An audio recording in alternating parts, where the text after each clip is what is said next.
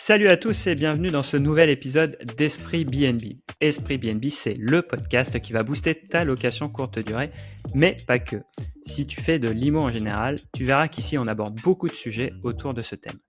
Je suis Maxime et je suis accompagné de Lauriane.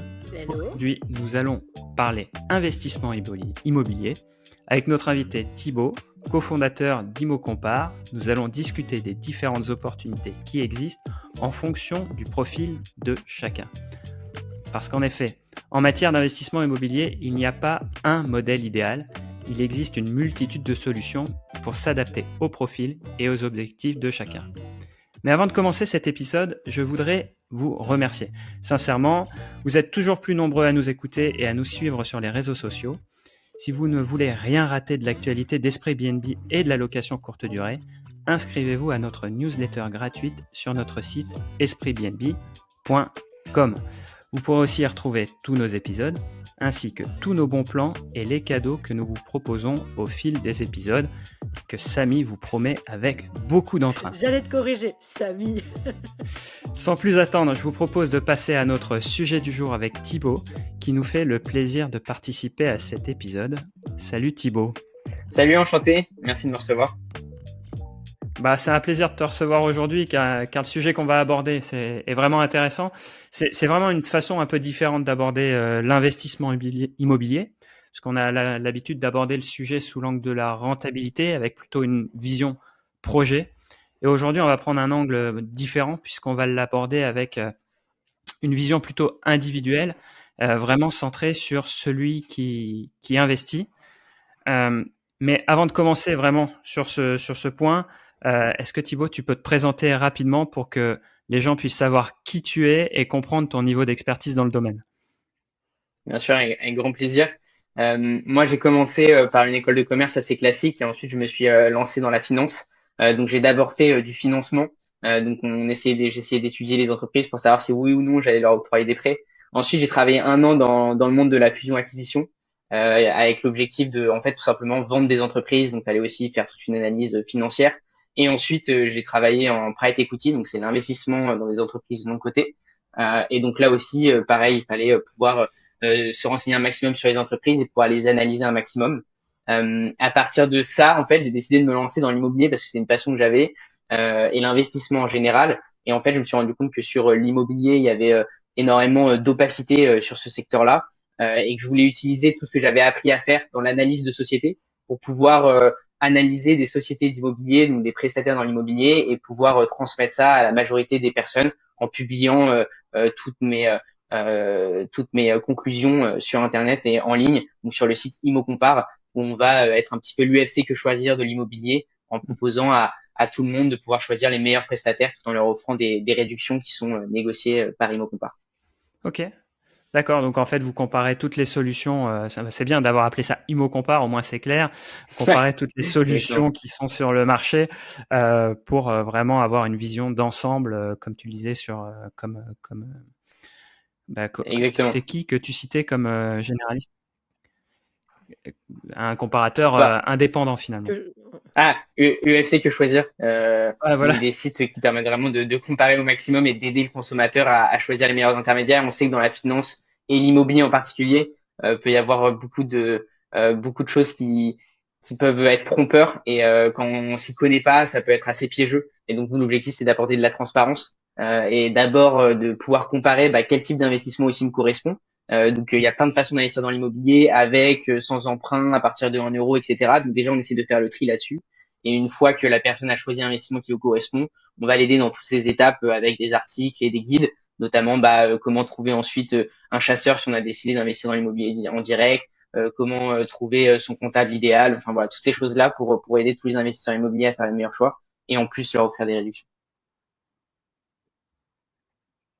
Ok, je te remercie pour cette présentation qui est très claire et puis qui va dans le sens de notre épisode aujourd'hui, puisqu'on va vraiment voir les différents types d'investissements IMO, mais plutôt que de les lister et de les comparer par rapport à une liste, on s'est dit que ça serait intéressant de les comparer par rapport à des profils et de se dire, tiens, en fonction d'un profil en particulier, quel serait l'investissement le plus intéressant.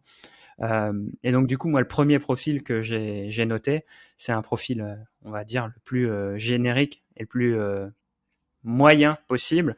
Lauriane m'a Ouais. dit en off, quand on préparait l'épisode, tiens Maxime, tu t'es pris pour toi, enfin tu as choisi ce profil pour toi. C'est effectivement ça, un couple salarié qui a déjà sa RP, qui a un taux d'endettement qui est inférieur aux 33%, donc au plafond, qui arrive à se dégager un petit excédent de comment de trésorerie chaque mois, et qui se dit, plutôt que le mettre sur mon livret A, sur son livret A, voudrait l'investir dans l'immobilier. Quelle solution aujourd'hui s'offre à ce type de profil? Alors, il y a beaucoup de solutions qui peuvent fonctionner. Nous, ce qu'on essaye de faire d'abord, c'est de comprendre, par exemple, et d'expliquer aux gens qu'il faut comprendre quels risques ils sont prêts à prendre, quel rendement ils veulent, parce qu'il y a toujours ce couple risque-rendement qu'il faut prendre en compte, hein. Plus le risque va évoluer en général, enfin, plus le rendement va évoluer, plus le risque aussi va évoluer, sur plein de raisons. Et sur l'immobilier, ça peut s'expliquer de plein de façons différentes. Et ensuite, il y a une chose aussi qui est différente avec l'immobilier, j'ai envie de dire, c'est un peu le niveau d'emmerde qu'ils sont prêts à assumer, parce que ça aussi, ça va jouer pas mal. On va pas avoir le même niveau de gestion si tu fais de la location nue que de la location courte durée. Et ça, c'est important de savoir exactement ce que eux ils veulent. Et donc, une fois que ça, c'est des questions auxquelles on a les réponses, on peut commencer à guider et définir des solutions différentes. Donc, je sais pas si tu veux qu'on aille plus loin dans la précision et qu'on aille plus loin sur le couple, est-ce qu'ils sont prêts à prendre des risques ou pas. Et ensuite, je pourrais peut-être aller plus loin, mais là, c'est encore un peu générique pour donner une précision et tu vois une recommandation assez claire de ce qui pourrait s'adapter pour eux dans Ouais, l'investissement immobilier. si tu pars sur, si tu pars sur un couple qui justement n'a pas envie de prendre trop de risques et veut limiter au maximum son temps de gestion, on va faire cette petite comparaison, puisque ici on est sur un podcast qui s'adresse notamment à la location courte durée. Donc on sait que les personnes qui nous écoutent sont dans ce type d'investissement-là, et donc dans une capacité à gérer les emmerdes et à gérer, Ouais, à prendre une capacité à gérer des risques supérieurs au commun des mortels, on va dire. Donc, on va complètement, c'est faire ça. le distinguo. Dans un premier temps, ceux qui ont une grosse aversion au risque et un faible temps de gestion disponible.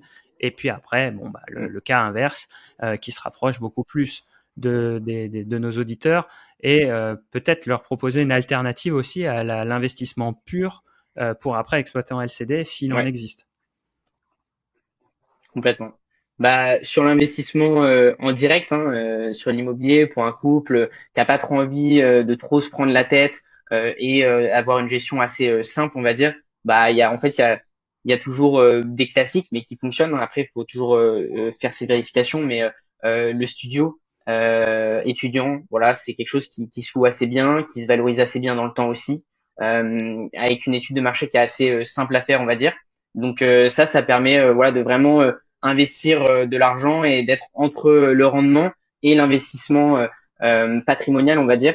Euh, c'est en général c'est des types d'investissement où il va y avoir quand même une légère et un léger effort d'épargne. Tout dépend bien sûr de la ville où on va investir, mais globalement c'est le type d'investissement pour ce type de couple que je recommanderais bien. C'est vraiment du studio étudiant.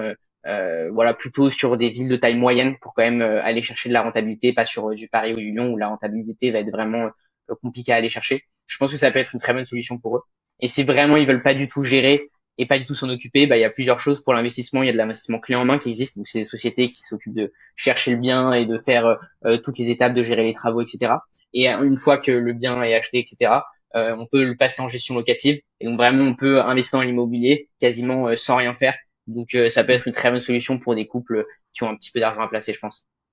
Ok, ça marche. Et donc tu dis s'appuyer à la fois sur des acteurs du marché pour faire du clé en main, s'appuyer sur des agences IMO pour la gestion locative derrière. Euh, Ça signifie aussi, et il faut être très clair dans ce genre de cas, c'est que l'objectif il est plutôt patrimonial, avec une volonté d'investissement et de rentabilité dans le temps, à très long, quasiment à très long terme, une fois que le crédit est remboursé. Parce qu'on a quasiment un effort d'épargne à faire aujourd'hui quand on choisit ce genre de sécurité c'est presque un investissement même mensuel, puisque in fine, le loyer ne couvrira pas toutes les charges, donc le remboursement du crédit, la charge locative et la gestion des travaux. On est plus Exactement, mais sur, c'est ça. sur une vision à long terme. Ouais. Exactement, c'est plutôt une vision à long terme. On est prêt à faire un effort d'épargne pour se construire un capital petit à petit. C'est clairement pas des types d'investissement comme sur les LCD où on va aller chercher du cash flow, on va se créer un complément de revenu. C'est pas du tout ce type, ce type d'objectif-là. Mais forcément aussi, c'est pas la même quantité de gestion et aussi la valorisation patrimoniale peut être plus importante si on va chercher des biens intermédiaires, etc. Donc c'est pour ça qu'on peut proposer ça à des personnes qui veulent pas trop s'en occuper et qui veulent quand même avoir une valorisation de leur patrimoine à long terme. Ouais, alors, il n'y a pas de jugement dans ce qu'on dit. Ça ne veut pas dire que la LCD, c'est mieux que l'investissement locatif sécurisant avec très peu de gestion et à qui on va et quand on va tout déléguer. C'est juste que c'est pas le même objectif. On va avoir pour certains un objectif de rendement à court terme, et pour d'autres, par exemple, un couple qui va investir à 35 ans dans un studio sur 25 ans, en fait, arrivé à la retraite, ils savent que les loyers vont venir faire un complément de revenus à cette période-là de leur vie, et non, en fait, pas d'objectif de revendre à court terme ni à moyen terme. Donc, on est dans un investissement patrimonial.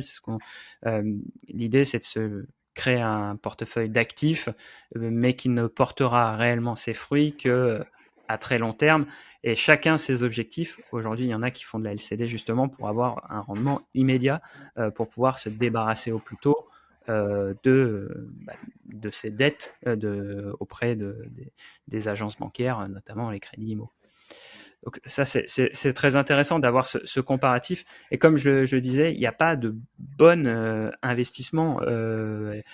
C'est sûr que si votre objectif, c'est d'avoir un cash flow positif chaque mois, visez un investissement où vous n'intervenez pas pour les travaux, où vous confiez toute la gestion à un tiers, où vous faites appel à un chasseur pour trouver le bien. Si votre objectif, c'est de faire du cash flow positif et même un complément de revenu, ça, c'est pas la bonne stratégie. Mais ça ne veut pas dire que si vous avez une vision patrimoniale, cette stratégie n'est pas la bonne. C'est vraiment par rapport à vos objectifs, à vous. Donc, c'est pour ça qu'il est important de bien se fixer son objectif initialement pour définir sa stratégie d'investissement ensuite. Alors là, on parle plutôt que d'investissement, on parle plutôt d'exploitation de l'investissement, puisque dans les deux cas, on est sur un investissement immobilier classique. C'est de l'achat, puis après une exploitation, soit en location classique, soit en location courte durée. Mais est-ce qu'aujourd'hui, il existe des alternatives à cet investissement assez classique pour ceux qui, par exemple, n'auraient pas de capacité d'emprunt, seraient déjà arrivés au taquet de leur capacité d'emprunt? Oui, bien sûr. Si aujourd'hui, même après être au taquet de sa capacité d'emprunt, on veut s'exposer encore à l'immobilier, il y a plein de façons de le faire. Enfin, en tout cas, j'en vois trois principales. Ça va être la pierre qu'on appelle papier entre guillemets. Donc, il y en a trois. Il y a les SCPI qui peuvent être intéressantes. Donc là, c'est vraiment investir au capital d'une société de gestion et donc ensuite recevoir des loyers de tous les assets qu'elle a achetés. Ensuite, on va avoir le crowdfunding immobilier où là, on va prêter de l'argent à des promoteurs ou à des marchands de biens. Et ensuite, on a l'immobilier fractionné qui permet d'acheter une partie d'un bien immobilier. Et toutes ces solutions-là sont abordables à partir de 200 € en fonction des projets, des structures, des sociétés, etc. Et donc ça, vraiment, ça permet vraiment de s'exposer à l'immobilier. On a aussi l'immobilier en bourse, tout simplement, les REIT qui sont des conglomérats, voilà, tout simplement de sociétés qui investissent dans l'immobilier et auxquelles on peut rentrer dans leur capital pour s'exposer. Donc ça, c'est toutes les façons qui peuvent exister, je pense, sur le marché, qui permettent d'investir sans du tout impacter sa capacité d'emprunt, et dont la plupart, à part les SCPI, ne sont pas soumises aussi à la fiscalité de l'IFI, qui peuvent être qui peuvent fortement quand même impacter un investissement. On va pas se le cacher, quand on dépasse un certain montant et une certaine valeur de son patrimoine, ça peut vraiment impacter. Donc pouvoir s'exposer à l'immobilier d'une autre façon sans être assujetti à l'IFI, ça peut être aussi intéressant.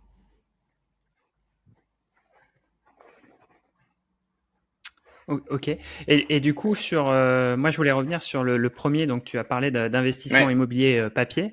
La Ouais. SCPI, finalement, c'est un peu comme investir en bourse, sauf que au lieu d'investir dans une société cotée qui va produire, je sais pas moi, des cotons-tiges, là, tu investis dans une société qui gère de la pierre, c'est ça? C'est exactement ça. Tu achètes des parts d'une société qui investit dans la pierre. En général, les plus connues, c'est de l'immobilier de bureau. Donc, elles vont investir voilà, dans les grandes tours qu'on peut connaître, hein, les grosses Ouais. SCPI. Elles vont investir dans les grandes tours à la Défense ou dans des grands bureaux parisiens ou partout en Europe. L'avantage, c'est que quand tu achètes une part, en fait, tu vas être diversifié sur, tu vois, 150 bureaux, par exemple, en France. Il y en a qui aussi achètent 150 bureaux, que ce soit en France ou partout en Europe. Donc ça permet en achetant une part d'être extrêmement diversifié. Ce qui est un des gros problèmes de l'immobilier en direct, c'est que tu dois mettre, bon ça dépend des situations, mais de l'apport et en plus voilà, enfin être au taquet de ta capacité d'emprunt. Et donc en fait ça fait que tu as un ou deux biens, mais quand on parle d'investissement général, ça veut dire que tes investissements sont très concentrés et donc ça augmente forcément le risque. Ça c'est l'avantage de la SCPI, c'est acheter une part, tu as une diversification assez forte. Après c'est aussi un investissement où il y a quand même beaucoup de frais. Donc voilà, il faut peser le pour le contre. Aussi, les rendements sont beaucoup moins élevés que l'investissement immobilier en direct, que la LCD par exemple. Ça, c'est sûr et certain. Et, et Mais c'est quoi les critères alors pour choisir une SCPI? Parce que pour le coup, une SCPI, elle peut aussi faire faillite. Donc il faut pouvoir Complètement. être sûr. Ouais. Alors les SCPI, elles ont quand même un gros track record. Ça fait des dizaines d'années qu'elles existent. Il y a des sociétés de gestion qui existent depuis aussi de très longues années. Donc ça, c'est voilà, en termes de risque, il y a toujours un risque, mais il est quand même assez limité. Elles sont diversifiées sur, comme je l'ai dit, énormément de biens. Donc là, on l'a vu, hein, le pire qui est arrivé, la crise énorme qui s'est passée sur les bureaux. Les SCPI ont perdu au maximum entre 20 et 30%, ce qui est vraiment important, hein, sachant que beaucoup de gens le vendaient comme un déplacement 100% sûr. Mais voilà, tout perdre reste quand même très hypothétique. Et ensuite, bah, c'est comme tout, voilà, une part, ça vaut 200 euros parfois, donc on peut se diversifier sur différentes SCPI. Donc ça aussi, ça peut être intéressant pour limiter un maximum son risque. Diluer le risque, en fait. Ok. Et du coup, Exactement. Ouais. contrairement à un investissement immobilier où quand tu investis quand tu investis dans un bien, tu mets du capital et tu peux en retirer un loyer. Là, quand tu achètes une part de SCPI, tu n'as pas de capital en fait. C'est juste du rendement. Ta part prend de la valeur, peut être revalorisée derrière, elle a un cours. Mm. Ouais, ta part. Alors, c'est pas comme une action dans le sens où c'est beaucoup moins liquide. Donc, tu peux pas acheter, revendre avec un cours qui est en live. Donc, c'est beaucoup moins liquide. Il faut attendre que quelqu'un rentre pour que tu puisses sortir. Donc, ça, c'est le premier point.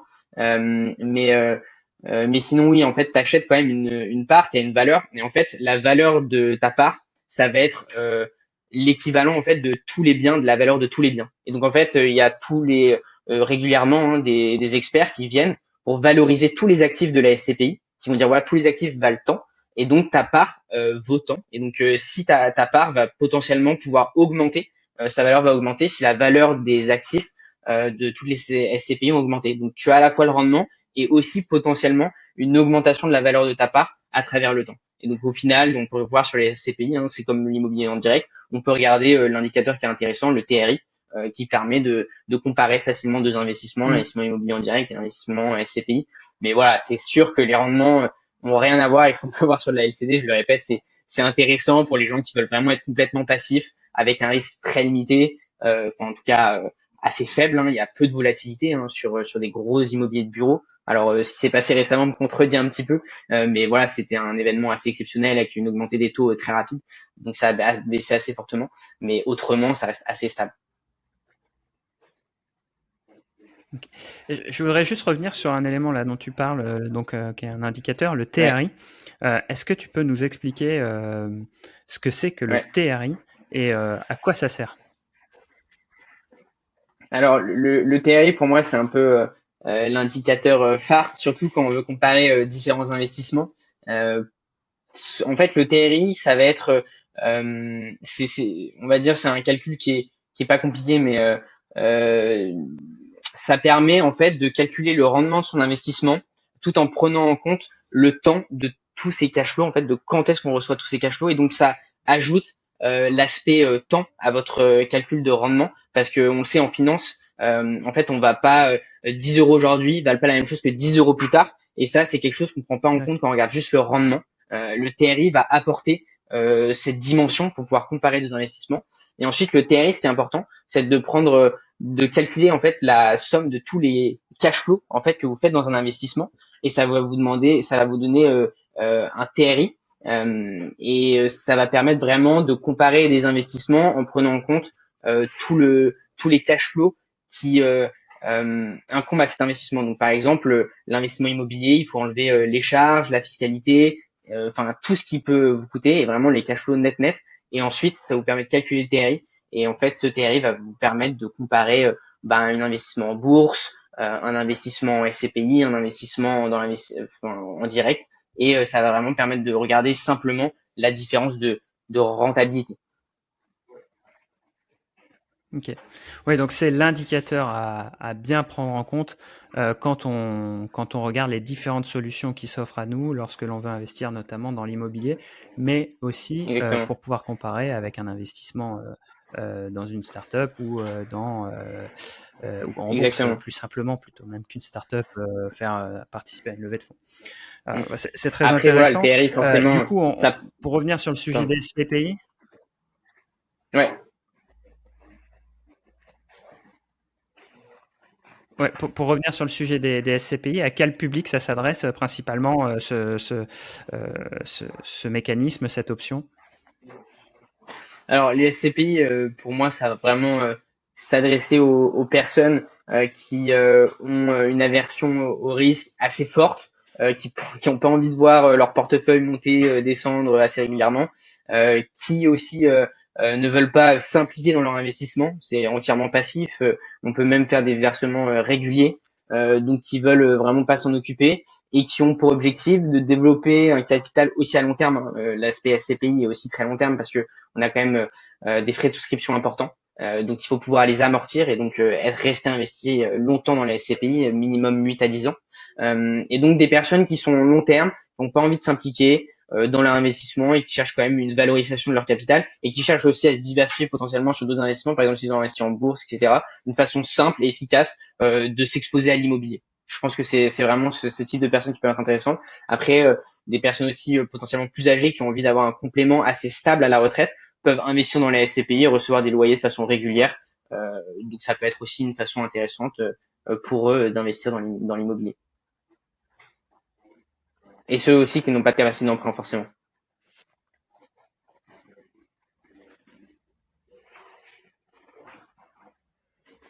Ok. Ok, bah juste tout pas moi, quoi. Je te remercie. Alors, on a quelques petits problèmes de son. Ouais. J'espère Ouais. qu'au montage, on va Ok. pouvoir retirer tout ça. C'est très intéressant ce que tu dis sur les SCPI. Et du coup, la différence avec de l'immobilier fractionné, qu'est-ce que c'est? Alors l'immobilier fractionné, c'est assez récent. Ça c'est apparu avec Brix. Je sais pas si vous en avez entendu parler. Ouais. Si ça vous parle. Non. C'est une start. Brix.io, là, où tu peux acheter une part d'un bien. Ah oui, ok, ouais. Ok, ouais. Tu peux acheter une C'est part d'un Brix.co bien, qui est t'achètes une arrivé brique avec Tony dans un Parker logement. aussi. Au final.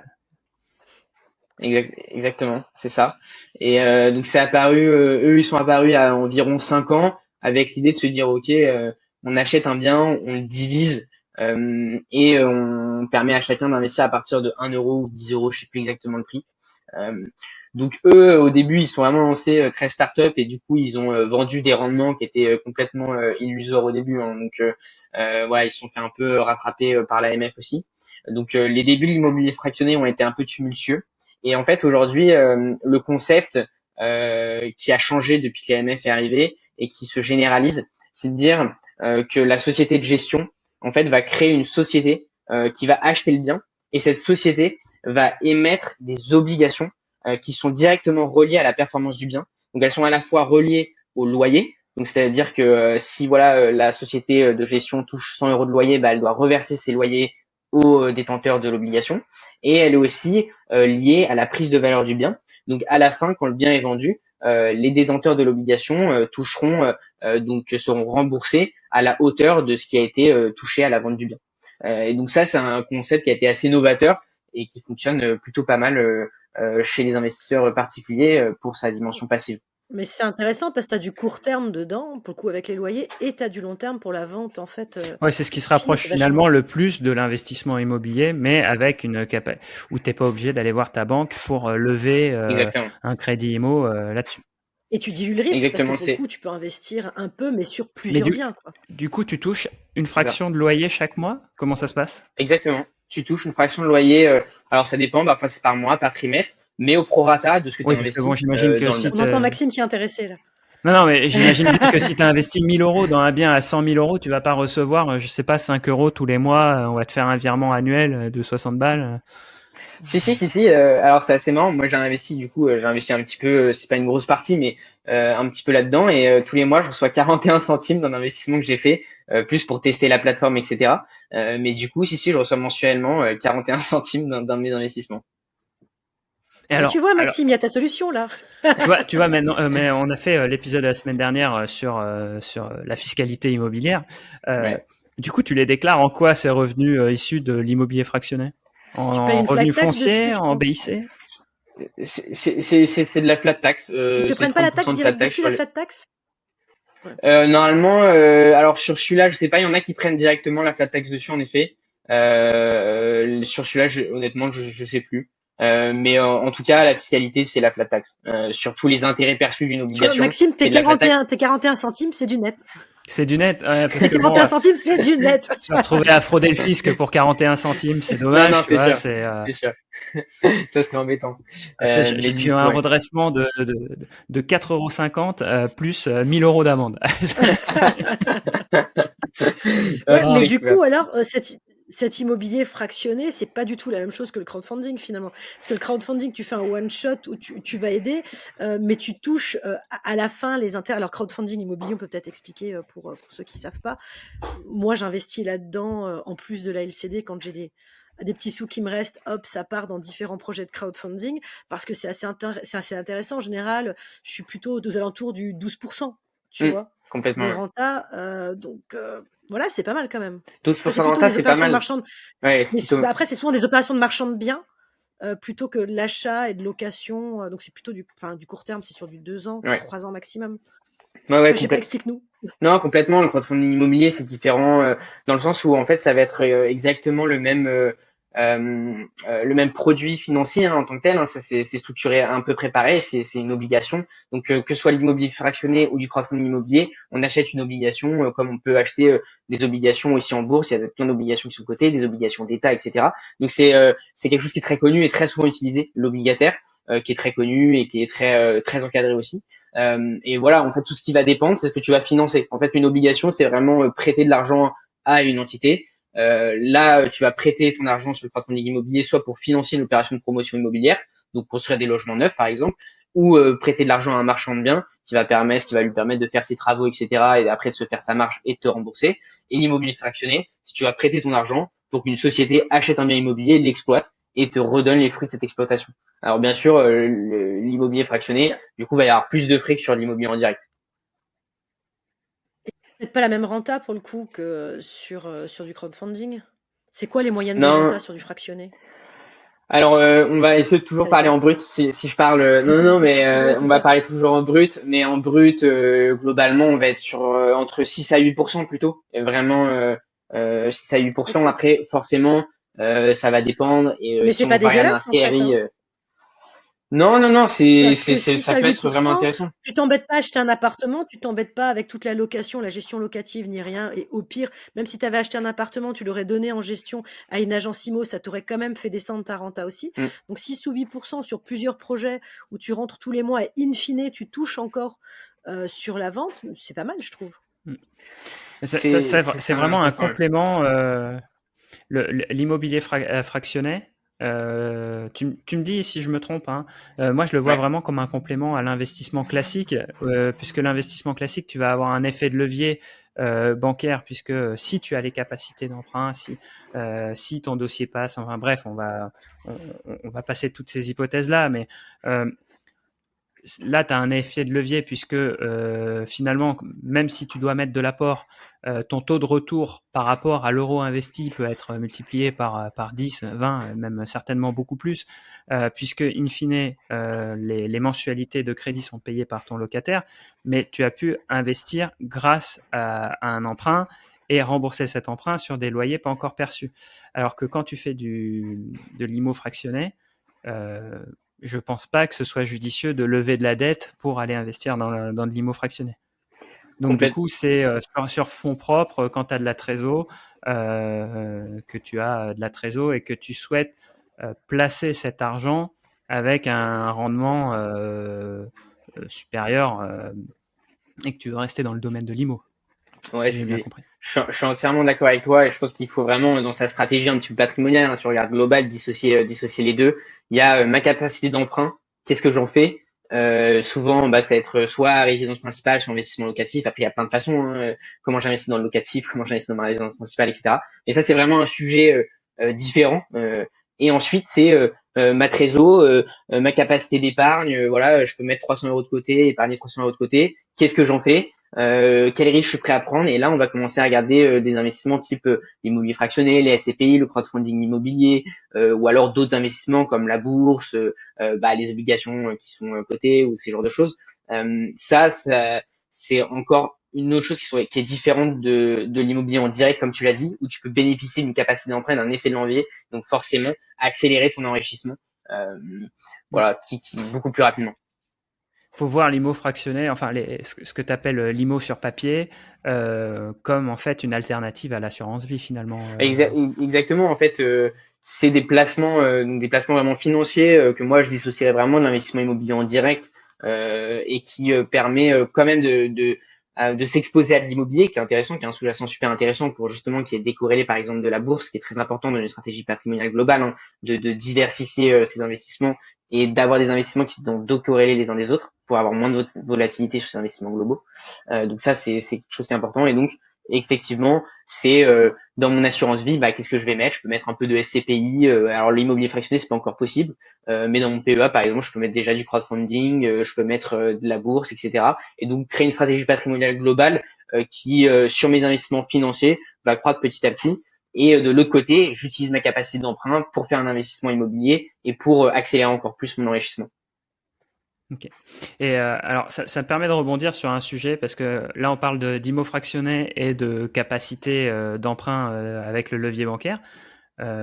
Finalement, est-ce qu'on peut pas mêler les deux en créant une indivision? Alors souvent, on voit ça en famille, mais est-ce que ça pourrait pas être aussi envisageable entre amis, forcément, entre gens qui se connaissent, ou pourquoi pas entre investisseurs qui se disent tiens, bon je monte une société d'investissement pour en fait utiliser des micro-leviers chacun individuel et permettre à 4-5 personnes de s'associer et d'utiliser leur levier individuel pour aller sur un bien avec un besoin plus important, mais aussi un potentiel de plus-value plus important, avec plus de cash flow à la clé, et choses comme ça. Est-ce que ça, c'est une solution qui existe aujourd'hui? Je suis pas sûr d'avoir bien compris la question. Tu veux dire sur l'immobilier fractionné, de se réunir pour acheter de l'immobilier fractionné, ou pour en un bien fait, en direct? de faire de l'IMO fractionné en direct, en gros, de se dire, on va créer une indivision. Alors, la première idée que j'avais, c'était en famille, et de se dire, tiens, avec parents, fratrie, se mettre à plusieurs, utiliser chacun son levier avec la capacité d'emprunt qui reste à chacun, et avec ce qui peut être levé par chacun, avoir une part dans une Sinon, c'est une SCI, SARL de famille. une C'est SARL ça. de famille. Oui, Pour investir dans l'IMO, est-ce que c'est une pratique que tu vois qui est courante, qui se développe ou qui est vraiment à la marge? Non, je vois pas. Enfin, pour moi, en tout cas, c'est ce que disait Lauriane, hein, c'est l'équivalent en fait d'une SCI ou d'une SARL de famille. Ou une SCI, tu peux la diviser en nombre de parts que tu veux, hein. Donc, c'est un peu ce concept de l'immobilier et de fractionner finalement, parce que tu détiens uniquement 10, 15, 20% du bien. Donc c'est la façon de faire de l'immobilier fractionné en direct et donc du coup de ne pas payer les frais d'immobilier fractionné. Mais l'intérêt aussi de l'immobilier fractionné, ce qui s'est mis en place, c'est de voilà tout simplement de pas s'en occuper, de pas s'occuper de la gestion, etc. Après la SCI c'est super intéressant si tu as une personne qui est passionnée de l'immobilier mais qui a pas de capacité d'emprunt, de s'associer et il y a quelqu'un qui gère ton investissement et ensuite tu touches juste les loyers petit à petit et ça peut être aussi une bonne solution pour investir à plusieurs clairement. Ok. Et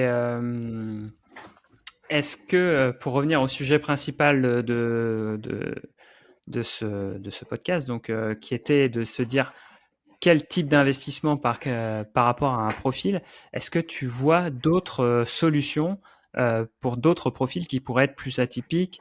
Et là, je vais faire un focus sur, par exemple, un chef d'entreprise. On a beaucoup de créateurs de conciergerie qui nous écoutent aujourd'hui.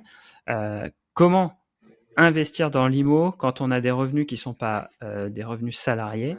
Qu'est-ce qui est le plus intéressant?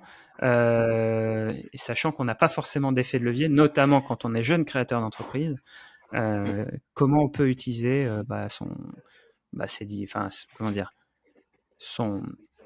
le bénéfice qu'on va générer sans pour autant se le verser? Est-ce qu'on a une optimisation possible? Et est-ce qu'on a une optimisation possible? Quel type de montage? Et je vais aller plus loin sur une deuxième étape. Est-ce que tout ce que tu as parlé concernant l'immobilier sur papier est accessible aux chefs d'entreprise qui veulent optimiser leurs bénéfices? Voilà, la fiscalité de leurs bénéfices, plus exactement. Oui, bah complètement. Je suis pas expert fiscaliste, mais globalement, ce qui se fait bien, hein, c'est de monter une société holding, donc qui a pour uniquement comme raison en fait et comme statut dans les statuts, son seul objectif, c'est de détenir d'autres sociétés. Et donc avec cette holding, de détenir la société d'exploitation, donc elle qui a pour but, bah voilà, de tout simplement exercer l'activité en question. Et en fait, ça permet de se remonter avec le régime mère-fille, tout simplement de l'argent, de faire passer de l'argent de sa société d'exploitation à sa holding avec très peu de friction fiscale. Et donc tout simplement cet argent, on peut le réutiliser avec sa holding pour le réinvestir dans l'immobilier. Donc on peut par exemple créer ensuite une SCI si on veut faire en direct, mettre de l'argent dans cette SCI aussi et pour commencer à investir dans l'immobilier. Et en effet, même avec la société d'exploitation, si on a une trésorerie, aujourd'hui, il y a beaucoup de solutions qui permettent aux entreprises d'investir dans la pierre papier, dans le crowdfunding, dans l'immobilier fractionné. Ça dépend encore des plateformes, mais globalement, tu peux très bien investir ta trésorerie si vraiment tu as de la marge, t'as pas besoin t'as pas besoin de fonds de roulement. Donc faut bien faire attention à ça, hein, parce que voilà, Lauriane, tu le sais, mais le crowdfunding immobilier était bloqué, donc tu peux pas le sortir ton argent si tu en as besoin. Donc il faut faire attention à sa trésorerie, à sa gestion de trésorerie, mais tu peux tout à fait les investir en crowdfunding immobilier ou en immobilier fractionné en fonction de la plateforme que tu choisis. Normalement, c'est une option qui est disponible.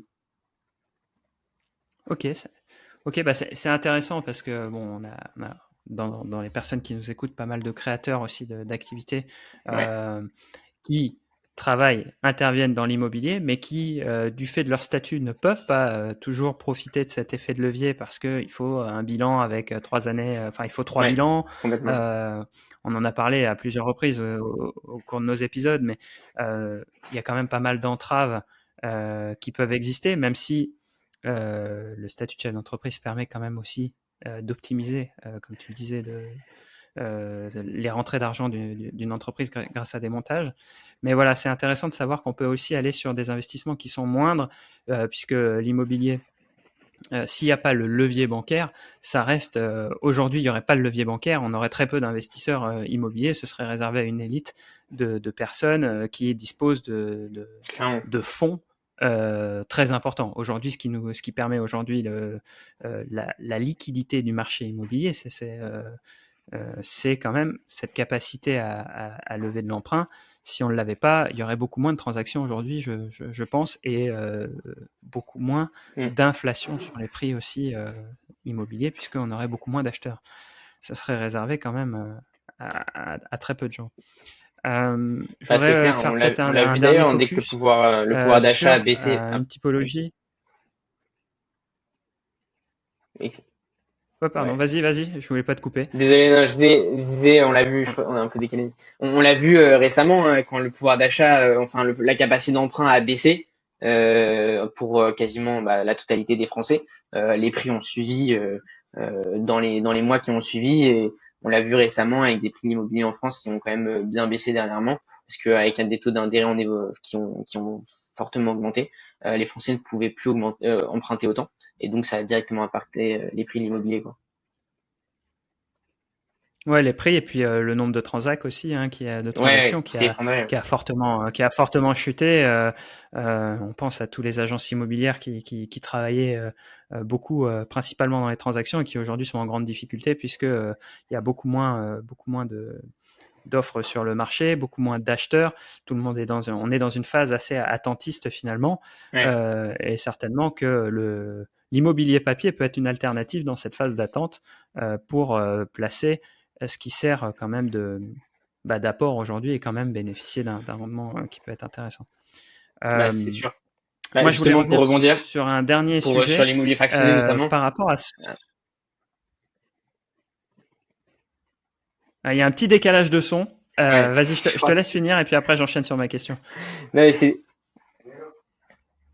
ouais, excuse-moi. Oui, c'était pour revenir sur l'immobilier fractionné, cette capacité d'emprunt. C'est vrai que aujourd'hui, les sociétés ont un avantage, celles qui font un immobilier fractionné, de pouvoir payer cash. Elles lèvent de l'argent auprès d'investisseurs particuliers et peuvent ensuite payer cash, donc forcément sur un marché qui est un peu grippé, parce que il y a pas mal de personnes qui peuvent pas emprunter ou en tout cas qui attendent peut-être des conditions plus favorables. Ces sociétés-là, elles peuvent faire des deals et acheter des biens et donc ont vraiment un avantage actuellement. Donc sûr que l'immobilier fractionné actuellement, ça peut être intéressant. Ok. Du coup, je termine avec ma question parce qu'on a un petit décalage de son, un petit souci technique. Sur ma dernière question, ça s'adresse plus au profil des investisseurs immobiliers qui aujourd'hui qui font de la location courte durée, donc euh, pour aller dans le sens du podcast Esprit BNB, des personnes qui seraient quasiment arrivées au bout de leur capacité à lever, à utiliser l'effet de levier bancaire. Est-ce que tu leur recommandes de s'intéresser, hein, on va le dire comme ça, comment dire, à cet immobilier papier pour investir les cash flows qu'elle génère, ou tu leur recommandes plutôt de se créer une enveloppe pour pouvoir réactiver l'effet de levier à moyen terme? Vraiment une bonne question. Je pense que c'est un peu voir au cas par cas. Mais je pense quand même qu'aujourd'hui, il existe des solutions et tout dépend aussi de l'augmentation de son salaire et quand est-ce qu'on va retrouver cette capacité d'emprunt, etc. Euh, je pense que ce qui peut être intéressant, c'est quand même de placer son argent. Euh, Quoi qu'il arrive, alors là, il faut regarder peut-être en fonction de son patrimoine plus global. C'est-à-dire si déjà j'ai investi dans l'immobilier, est-ce que c'est intéressant d'investir sur l'immobilier papier encore, ou est-ce que j'ai pas envie d'exposer une partie de mon argent à d'autres classes d'actifs qui vont me permettre d'avoir une bonne diversification, donc potentiellement aller voir des choses plus liquides aussi comme la bourse ou les obligations, les choses comme ça, qui peuvent être intéressantes parce que dans ce cas-là, on peut obtenir un rendement, attendre que ça augmente, etc. Et donc potentiellement, une fois qu'on a cette capacité et qu'on a besoin d'apport, va retirer ce qu'on a mis en bourse parce que c'est complètement liquide et les utiliser pour un apport. Donc voilà, c'est à voir, mais pourquoi pas, si vraiment on ne jure que par l'immobilier qu'on ne veut pas diversifier, clairement, ça peut être intéressant d'investir sur le crowdfunding immobilier, typiquement, avoir un rendement sur 2-3 ans et ensuite réutiliser, une fois qu'on nous a remboursé, cet argent pour réinvestir de l'immobilier une fois qu'on a de la capacité d'emprunt. Bah, tu vois, moi, je fais les deux.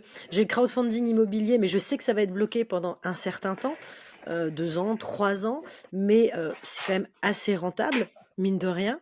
Et j'ai à côté la bourse pour avoir ce côté plus liquidité en me disant mince, si là j'ai trouvé la bonne affaire, l'appart avec l'acheteur ou l'immeuble qui me le vend super bien, que je puisse aller chercher mon apport en bourse parce que c'est Mm. beaucoup plus facile d'aller accéder et de récupérer ton argent que tu as placé en bourse en fait. Alors que le crowdfunding, non, il faut que tu attendes que le gars ait fini et vendu ses appartes pour récupérer ton argent, quoi. Ouais, exactement. Dans tous les cas, je pense que la recommandation, c'est de ne pas emprunter pour investir sur l'immobilier papier. Clairement. En On général, n'est pas sur tu détruis de la valeur. le même modèle que l'immobilier classique. Ouais. Non, mais on n'est pas du tout donc sur le même modèle. Donc, n'allez pas faire un crédit à la conso pour placer 20 000 euros chez Brix, par exemple. Non, mais surtout ton crédit à la Je le conso, tu vas recommanderais payer clairement plus cher pas. que ton placement chez Brix, très certainement. C'est exactement ça, ouais. Non, mais je préfère. Non, mais parce que la question pourrait peut-être se poser, de se dire, tiens, mais attends, ça reste de l'IMO, donc du coup, la pierre, c'est de la pierre, avec 20 000 euros, au moins j'ai 20 000 euros de pierre et personne ne veut me prêter, mais le petit bonhomme vert me prête un peu d'argent. Non, vaut mieux mettre petit et puis abonder au fur et à mesure de ses moyens que d'aller lever de la dette pour aller sur ça, sachant que lever de la dette...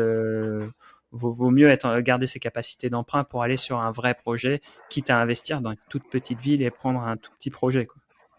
Ouais, je suis d'accord, d'autant plus que c'est une question qui pouvait se poser, je pense, quand les taux étaient vraiment bas, quand on était sur du 1%, etc. Sur les SCPI, ça se faisait, hein, la SCPI à crédit. Il y avait pas mal de gens qui faisaient ça.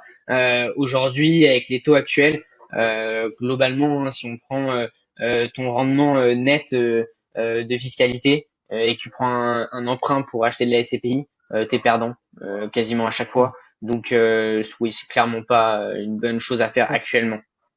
Ouais, puis il faut rémunérer tous les intermédiaires, toutes les choses comme ça. Quand tu investis en direct, t'as pas d'intermédiaires, enfin très peu d'intermédiaires. Là, si t'as dans les SCPI, tu as tous les intermédiaires, donc il faut complètement. Ok. Bon, bah écoute, je te remercie pour toutes ces infos, pour ce partage. Avec plaisir. Lauriane, est-ce qu'il te restait peut-être une question ou Non, c'est bon. plus Pour moi, c'est bon. Thibaut, je rappelle que tu es le cofondateur d'Imo Compare, une plateforme qui compare les différentes options d'investissement immobilier, qu'on peut retrouver sur le site donc imocompare toutattaché.org. D'ailleurs, on vous mettra le lien en description et sur Instagram pour que vous puissiez aller voir, peut-être prendre plus d'informations sur le site pour avoir, notamment sur l'IMO papier, pour pouvoir comparer les différentes solutions. Et puis, n'hésitez pas à nous dire en retour par message privé ce que vous avez pensé de ces solutions. Si vous avez des questions, vous avez un Instagram, Thibaut, pour si les gens veulent vous contacter directement. Oui, on a un Instagram, donc Imo Compare, et on a aussi un Discord où on échange tout simplement avec des lecteurs et des investisseurs où ils peuvent nous poser les questions directement via un chat, c'est un peu plus sympa. Donc on a un Discord où on échange avec eux, ça peut être pas mal si les gens ont des questions sur le crowdfunding, les CPI, faut pas hésiter à nous rejoindre là-dessus. Parfait, on mettra le lien en description de l'épisode et on le mettra également sur le site espritbnb.com où vous pourrez retrouver le lien notamment dans la partie épisode. Il est temps pour moi de conclure et de vous remercier tous encore pour votre écoute. Je vous rappelle qu'il y a notre newsletter donc sur le site espritbnb.com pour avoir toute notre actualité. Et comme sur Airbnb, pensez à nous laisser une évaluation 5 étoiles.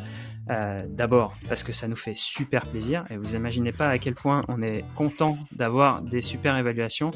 Et puis d'une autre part, ça nous permet de remonter dans les classements des podcasts, ce qui nous permet d'attirer toujours plus d'auditeurs et donc de donner envie aux meilleurs experts de venir partager de la valeur avec nous dans un épisode pour vous. Puis on ne sait jamais, si ça se trouve un jour, grâce à vous, on aura peut-être le PDG de Booking ou d'Airbnb pour avoir les meilleures astuces sur leur plateforme. Alors, n'hésitez pas, boostez le podcast sur les réseaux sociaux, sur les plateformes. Et puis nous, derrière, on se chargera de booster votre location courte durée. Je vous dis à la semaine prochaine. Ciao. Bye bye.